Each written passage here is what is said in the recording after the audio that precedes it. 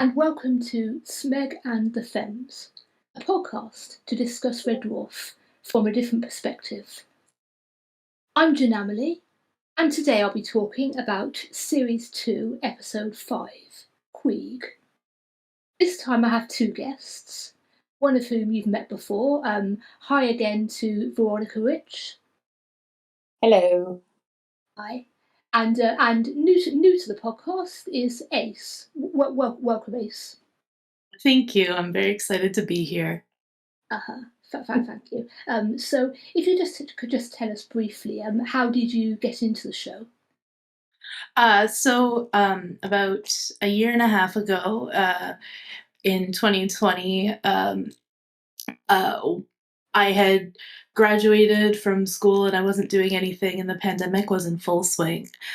And my partner at the time, she decided, like we should watch like some new things that I haven't seen. I showed her a lot of my favorite things, and she really wanted to show me some of her favorite things. And Red Dwarf was one of those things that she had watched since she was a kid. She was very familiar with it. It was one of those like shows that she shared with her family and watched all through childhood, and she shared it with me, and I absolutely fell in love. And just we started watching it together, and before I knew it, I was looking at like online community and making friends through it, and it all just became like one of my favorite things. And it really was a happy kind of thing to share during the pandemic when everything was going on. So yeah, that's how I found out about it through my partner.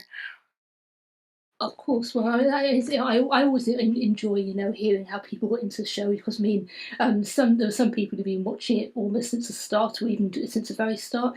There were people who got into it in the '90s, watching it on PBS in America, and of course, there were people who got into it much more recently, like you. And it's just nice to know that it still picks up fans.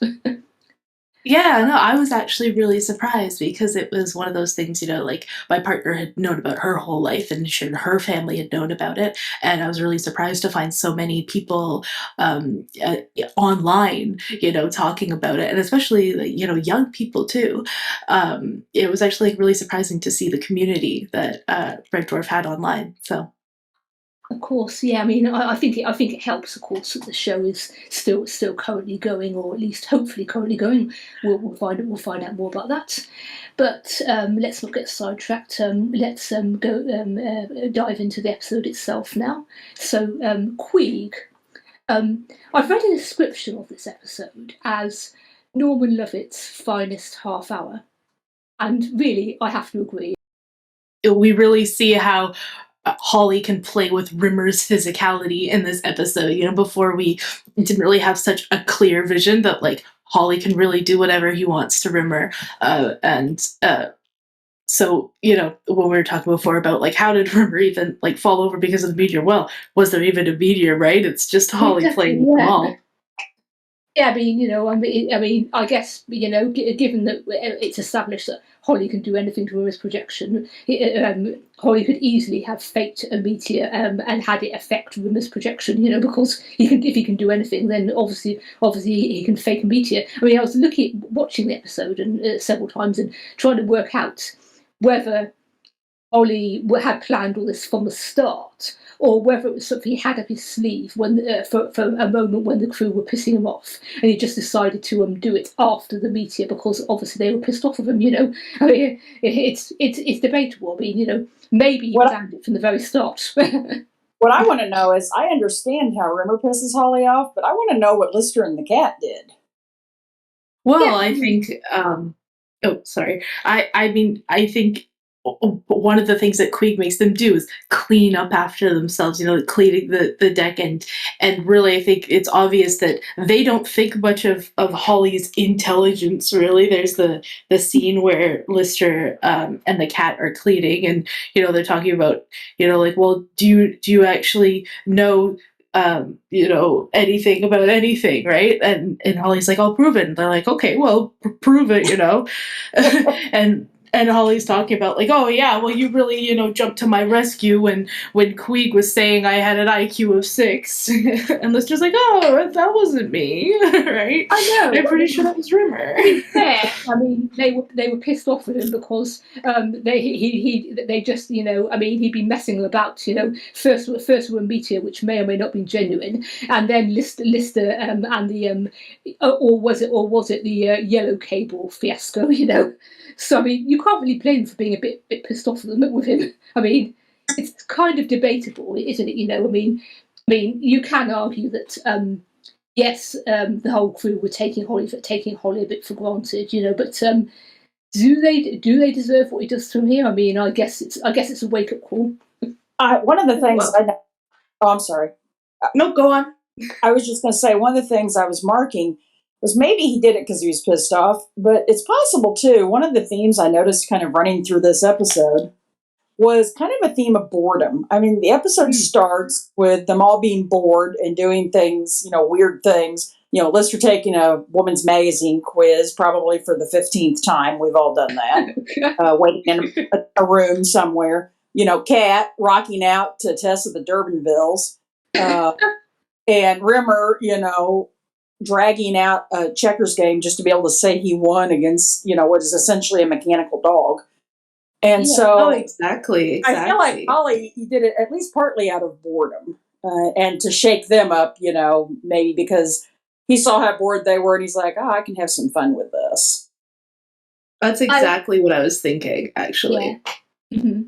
And also, this is probably a bit of a stretch, but I was reading the Desolated Quill's review of this particular episode, and he pointed out that it starts out with Rimmer sort of taunting a Scudder, and I mean, it's possible that Holly may feel some kind of fellow feeling for the Scudder as a fellow AI, and that might have been part of what spurred Holly to teach Rimmer specifically a lesson. I mean, it's a bit unfair on Lister and Cap. I mean, that might have been part of it.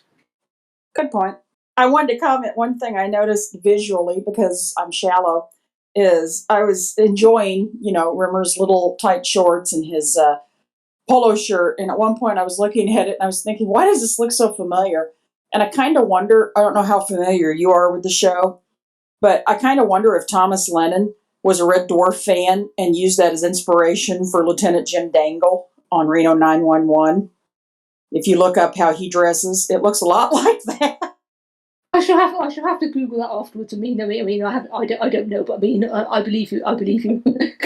Yes, it's definitely an episode for people who enjoy watching Chris Barry sweaty and not wearing very much. Sorry, it is. Well, there's more of that in the next episode too. Of course, yes. We'll get to that in due course. Yeah. But I do also want to talk about Charles Organs' performance because it's very good, He really does. Yeah. He really does sell the hard Taskmaster computer. Absolutely. I think one of the huge things that you really see in this episode is just the contrast, between Holly and Queeg. There's the contrast between Rimmer and Lister, and the cat and both of them too. And I think it was really a great casting choice and a really good writing choice for Queeg too, because you really need something really strong to shake it up when the cast and the story is so contained on Red Dwarf, right? There's not a lot of change that can happen. So when you bring something in so different, it really, really just makes for the best comedy. Especially at the end, you really see the difference between Queeg and his coolness, and Holly and his bumbliness when they're playing chess. And I really think that one of the things I wrote in my notes was Queeg is kind of like Holly's World of Warcraft avatar. When you make your little online persona or your little icon or your avatar, a sexy kind of cool version, like what you'd like to be. I really find Queeg to kind of be that for Holly. And I think it was really, really well pulled off. Yeah, definitely. He was just such a antithesis of Norman Lovett's sort of laid back sort of matey version of Holly. It's just sort of guaranteed, to get the crew longing for his regime as opposed to Queeg's book.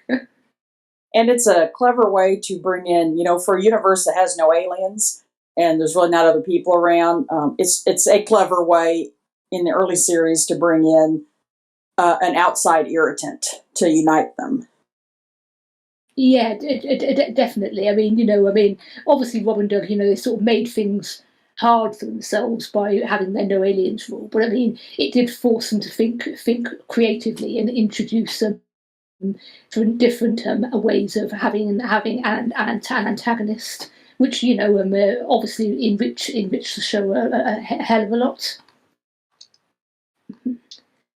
Yeah, I find it's actually like really, you can see how much of a commentary it really is just on human, human condition, just humans as humans, really, when you put them all in this like small little box. And I think it's really a good decision by the writers to not really have many alien influences, especially these first two seasons. Rumors all about like, oh, it's aliens, but I think it's really good to show like how human they are by just having them in that situation and not having the aliens, because really I think that's what the show's about, right?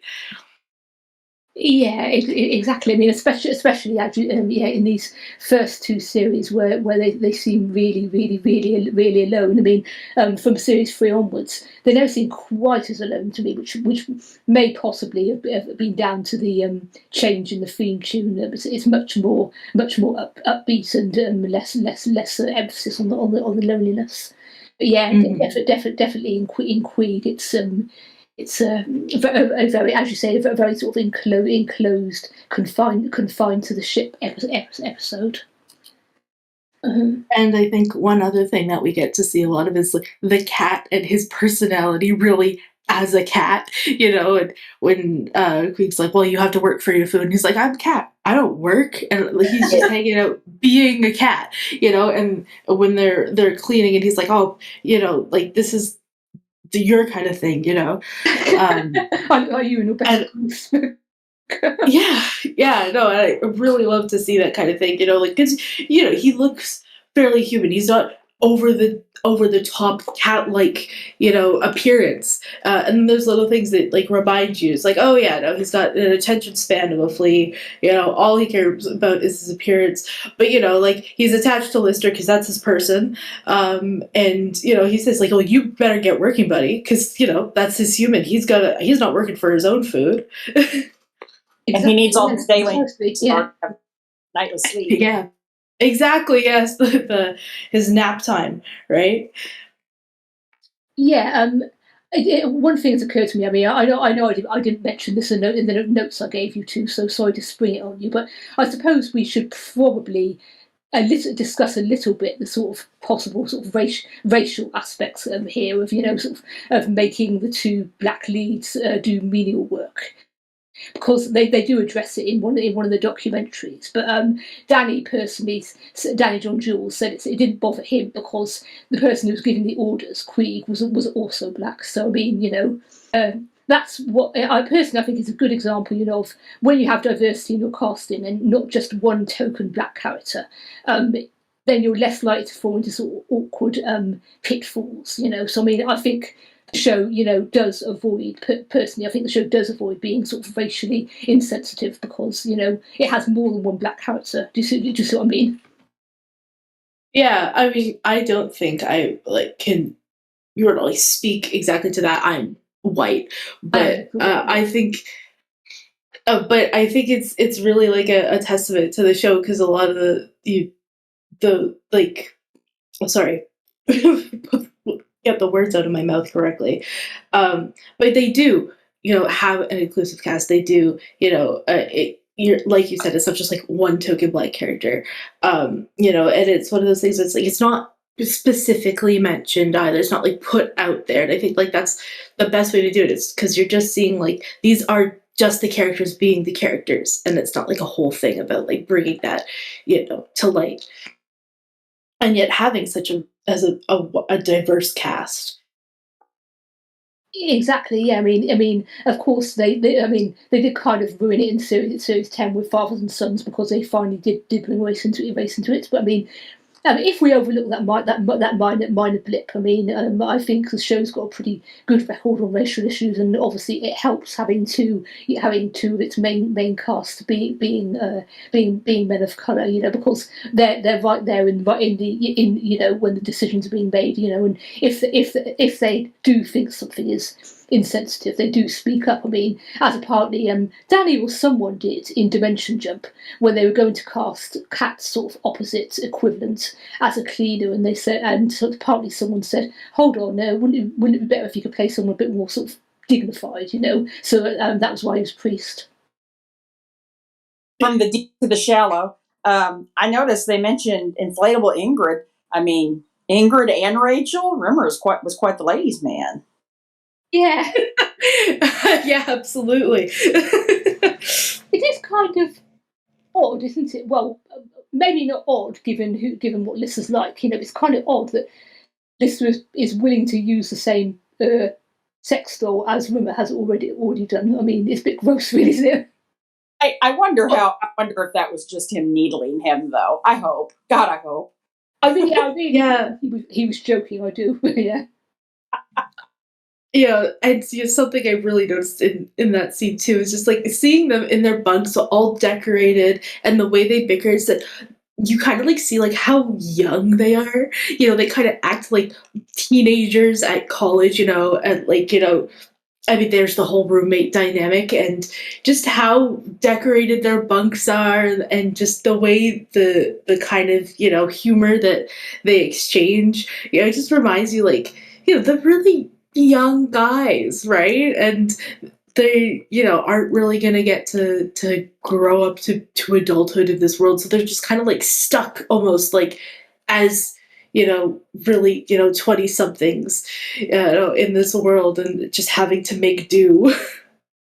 I think that's why I like the later seasons so much, is because you do get to see them age somewhat. It's kind of nice to see that longevity. You have a good point, though.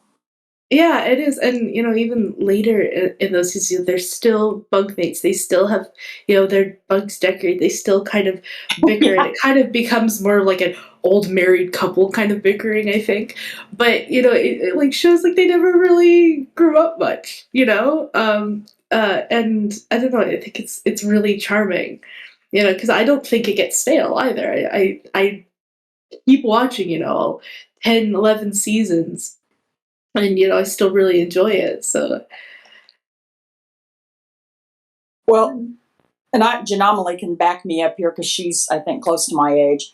I'm going to be 50 this year, and so from my point of view, you're correct. They are in this, kind of childish still. When I was in my 20s, I was like that, and a little into my 30s, and then your 30s and 40s, you kind of do the grown up acting thing, where you save your money or get a house or whatever it is you're going to do. And as you approach middle age, you start acting kind of childish in some ways again, or at least I have. It's true, and of course, obviously, the boys, being stuck in space 3 million years in the future, there are some aspects of that, which they can't really do, but they have obviously matured. It's very obvious in the Dave era that they have matured in a lot of ways, but in some ways they're still stuck, because obviously, they can't do things like buy houses Right. and that kind of thing. They just being almost killed. Yeah, and we see like kind of that kind of bit in Better Than Life. There's a little bit of Rimmer, his better than life is like having a family or whatever, and then he like ends up going and saying it's like he's not ready for it. He's too young. Like maybe that's what he thinks he wants, but he's barely lived his life, and Yep, I'm too young too. I know the feeling. Yeah, some people never want kids, and I'm definitely one of them. But yeah. Right. Okay. I did also want to talk about Holly's, sort of tear-jerking farewell speech, which is obviously complete bullshit because as we find out, but it does kind of demonstrate that he does actually know the crew, and what makes them tick, and what they want out of life, So he has actually been paying attention. Yeah, I think it really like kind of goes to show that at this point in the series, you can really kind of feel like they're still tense with each other. They don't like each other really, but they are a family. Like I think they do like each other more than they let on. But yeah, no, it is. It's sort of like you see he's actually been paying attention to them, even though they think that he's just not there. And it's kind of like you realize like he is a part. He's not just the computer. He's trying to make them realize too that they're his friends. Yes, I mean, this is kind of basically the ultimate kind of Holly episode, or at least male Holly episode. You could argue it's the sort of the character's peak, but I mean, I wouldn't argue that because I love Hattie's version, and of course we meet Hattie in the very next episode. I'm kind of tempted to sort of get into a comparing Norman and Hattie thing since we've got some time. I mean, personally, I think I like both versions of the character. I mean, Norman's version in the first couple of series is very very sort of likable. I mean, I'm not so keen on his later appearances, but in series 1 and 2, it definitely works very well. I also love Hattie, and think think she absolutely made the absolute utmost of what little she got compared to Norman. So I mean. Mm. Do either of you two have sort of favourite Holly, or do you think they both have merits? Well, personally, like I see them so differently. Not that like Hattie didn't do a really good job of walking into that role and filling it and still having you believe that that's the same Holly, but I get such different vibes from them. I prefer Hattie, but I think like Norman's Holly, he's the original and he has his moments, and I think this episode is definitely one of them. They just come across a little differently. I think Norman has a bit of the you know sad old man humor ish about him, if that makes sense. And Hattie's Holly kind of has a I don't know. I think the vibe, the word I would use for Hattie's Holly is kind of scatty. Yeah, yeah. I wouldn't call her stupid. I mean, I don't think she's stupid, but I would use the word sort. She kind of seems in her own world a bit more than Norman did. Yeah, absolutely. Which of course could be explained by increasing Holly's increasing solidity, But yeah, I guess it could. How about you, Vera? What do you think of the two Hollies? Well, Norman's, I mean, is the original Holly, obviously, is a little older. I just think about, Ace made a good point a while ago about Holly, them all being family, and Holly kind of, pointing it out and drawing them together. And it made me think, you think about he's been on his own with no one else to, quote, play with for 3 million years, and kind of how sad and frustrating that might be, and, drive you up a tree too, or drive him up a tree. So now he's got, people he can, quote, play with and have fun with, and they'll talk back, and he can play jokes on and all. And obviously, he was inspired to take on the appearance of Hilly, who he's going to meet in the next episode, to kind of incorporate her into his personality and his looks.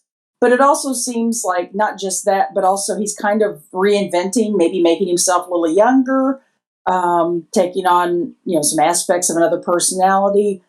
And so, yeah, I think they cast them both pretty well. But I'm just thinking, from his point of view, if he's spent this long alone and he's met these people, and gosh, they went to this parallel universe, and now he's met even these other people. And so maybe he's just trying to make himself a little younger and sort of trying to cast off the previous, I'm going to try, fresh start, new chapter of my life. Yeah, I really I get that totally. Actually, one of the things that I was thinking is that, like, this is him having fun. Like, this is a whole joke he put on literally just for his own amusement, and you really see that, like, at the end, he's laughing. He says, "Jape of the decade," like, he is just having the time of his life, and he deserves it. And I like. Right. He finally has some people to play around with. I think you're right, but honestly, I think this episode is definitely, he's just like in it for himself, and like, good for him, honestly. Right. I mean, he spent all those years, and you saying that makes me go back to what, and I didn't even think of this part 2 minutes ago when I was talking. But yeah, if you think about it, he's kept them all. I mean, he kept Lister alive. He kept the cat alive. He's been the caretaker. He's the one that he drove the ship out of the solar system. Never going to see any other humans again. He kept Lister in stasis. He kept the cat sealed off where he wouldn't get sick, and all the cat people. I mean, he basically, you have to think he probably helped look after the cat people and maybe even helped educate them a little bit and guide them to where food was and all. I mean, he's been a caretaker. He's been very responsible. Yeah, and this is just like, finally his kids have grown up and flown the nest, and he gets a bit of time to himself again, Yes. Right? It's a very interesting way to look at it, yeah. I mean, of course, you can also, read Holly as a trans character.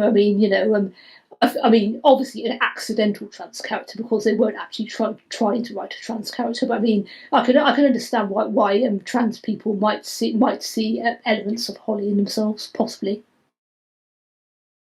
Absolutely, and I was just saying, I like how there was no big deal made about it. It just happened from one episode to the next. Yeah, exactly, and it's almost like a continuation of kind of what he does with Queeg. I think I mentioned earlier. It's like Queeg is kind of like the cool persona, the hot guy that he was, and he's playing around. It's like, oh, like, I kind of want to change, and it's like making your online avatar, like a hot version of yourself, or your idealized version. Like, he's playing around with that, and then in the next episode he meets Hilly, and then he becomes Holly looking like Hilly, and I think this is like the start. He's just doing whatever he pleases now. He has no obligations. Lister's alive. Rimmer has been brought back to take care of Lister, make sure that he's entertained, whatever. And he's just did it for himself. He's just there,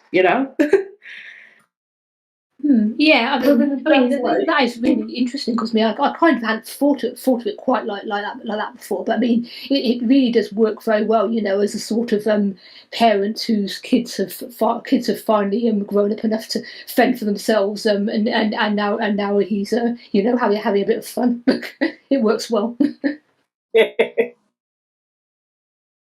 I was going to bring up and I may be out of my element here because I'm not big on special effects. I mean, I'm big on it. I like watching it, but I don't know much behind the scenes. And I think Ace here has some animation experience, so she probably knows more about special effects and such and filming and all maybe than I do. But I noticed in the scene with the chess game, for 1988, it seems like, I wouldn't say it seems like advanced graphics, but like the methods they're using to show, the chess pieces moving by themselves and the swap of the faces, just kind of some of the techniques they're using for television in 1988 with a low budget. It just seems sort of ambitious. No, you're absolutely right, actually. And that's one of the things that I noticed off the bat. I did mention it because, like you said, like, I'm an animation major and like I know about that kind of thing. But I think that was kind of them showing off. And with the style of Red Dwarf, we kind of like refer to it as cassette futurism, like using, the top, technology that they had of the day and like really emphasizing that in futuristic kind of worlds. And no, that absolutely was them kind of showing off, I think. Pretty cool. Yeah, I like the fact that they made an effort, to they didn't just sort of point a camera at the actors and keep it static. They did actually mess around with things and make it more interesting visually. Good for them, definitely. Mm-hmm. Mm-hmm. Also, it amuses me that in the part of the Series 2 documentary that deals with this episode, we're told that the writers originally couldn't think of an ending.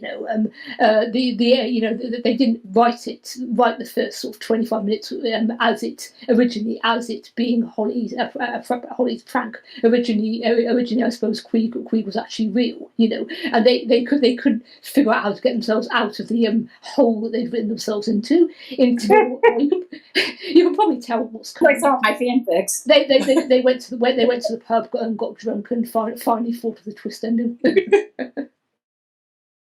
Yeah, I didn't know that, but actually it's funnier now, like looking back on it that way. It kind of works, but all of Red Dwarf kind of has that kind of improvised feeling to it, and it's something you really enjoy.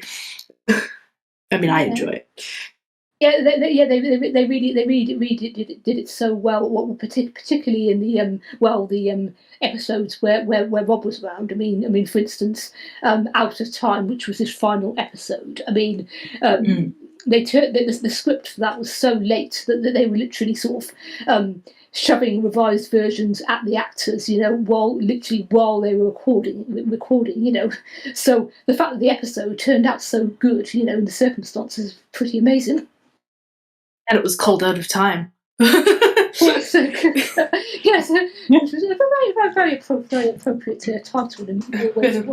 Yeah. It was Out of Time, as in Rob was out of time with involvement with Red Dwarf, etc. And the crew were very nearly out of time. I mean, because after that, the show didn't come back for several years. So I mean, yes, it was.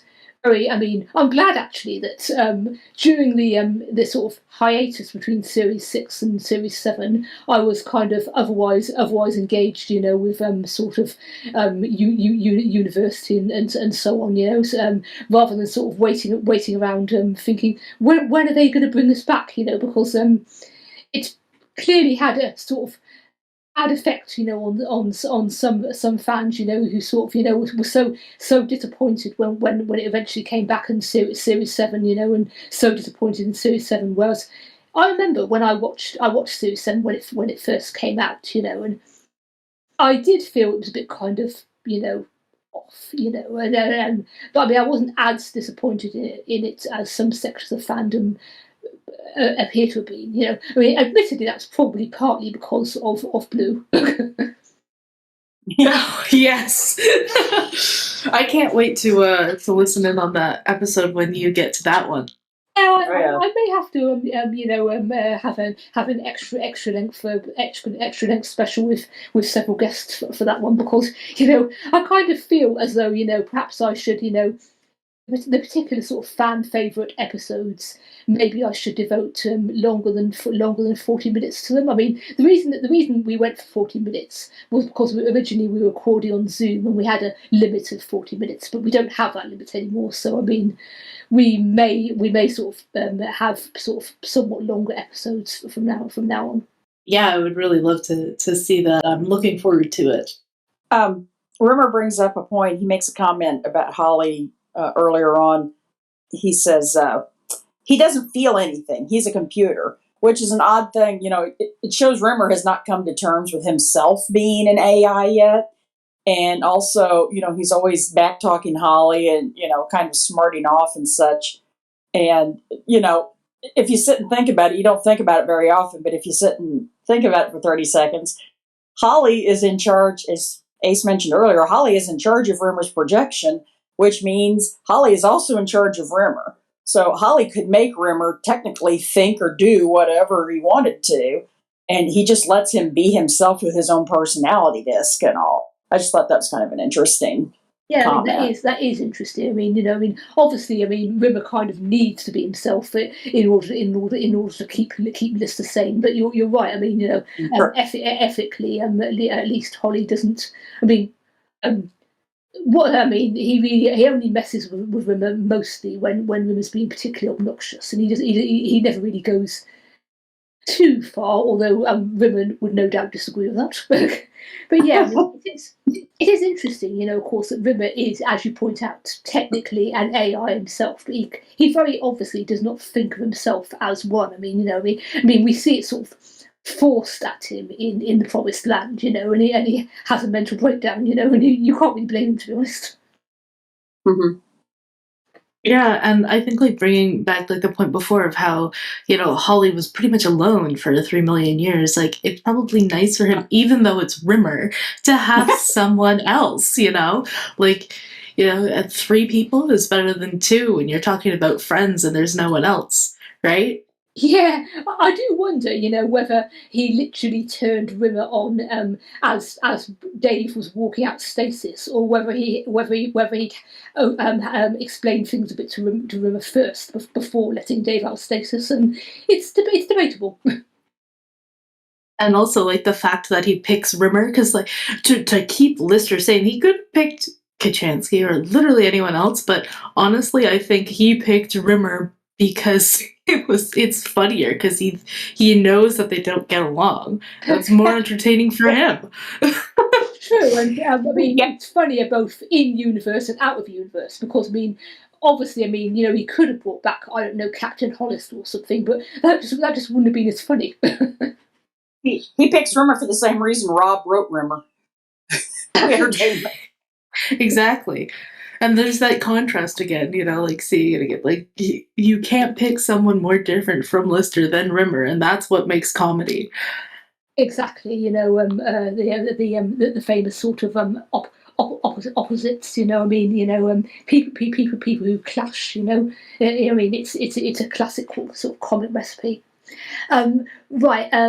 I think we're sort of drawing towards the end of this episode, but I do want to ask both of you if there's anything else in particular that either of you wanted to say about it first. Not particularly, just that I really enjoy how we see Holly's kind of true colors, and right before he changes, into Hattie's Holly, it's really kind of like a great thing to see an episode just about him. So I really, really enjoy it. Vera, anything to add, or it's fine if you haven't. Well, there are a couple of great jokes in this. I had forgotten about the shoes and soles story, which was just told by Craig so well. Yeah. It's so funny. And the fact that he doesn't get it afterwards, he's like, hold on. Yeah, and he's like, how did they get the door open? This is having him on, and we don't see the penny drop. It's funny. And the other one, it was 1988. You're about as much use as a condom machine in the Vatican. I'm like, well, that didn't age well. Yeah, it makes me laugh. Let's face it. Realistically, they probably do need a condom machine in the Vatican. But well, exactly. I should probably leave it right there.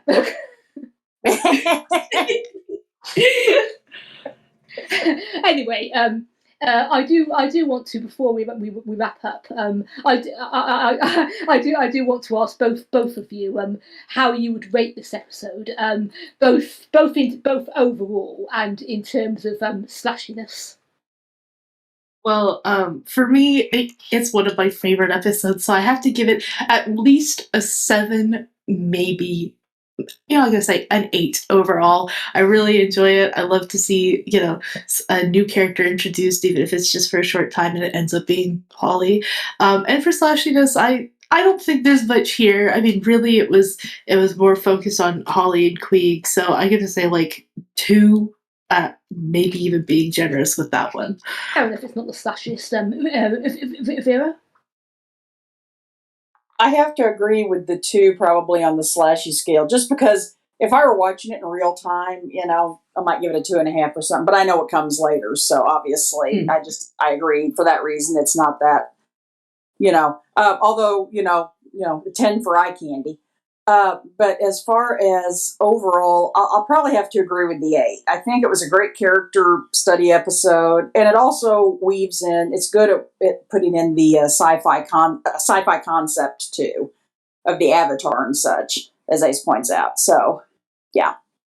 Right, so I'm personally going to give it overall out of 10, 8, because it is a very quality, solid episode. So I can't disagree with giving it a high score.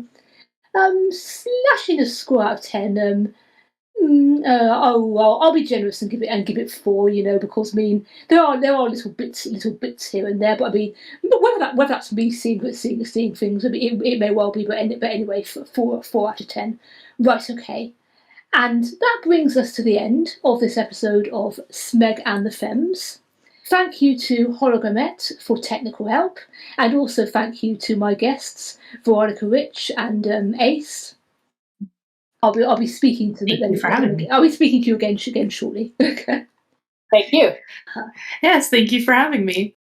I hope you enjoyed listening. If you'd like to give us feedback, you can do so on either Tumblr or Discord, on the posts where I've linked to this episode. You can also email us at smegandthefemmes@gmail.com.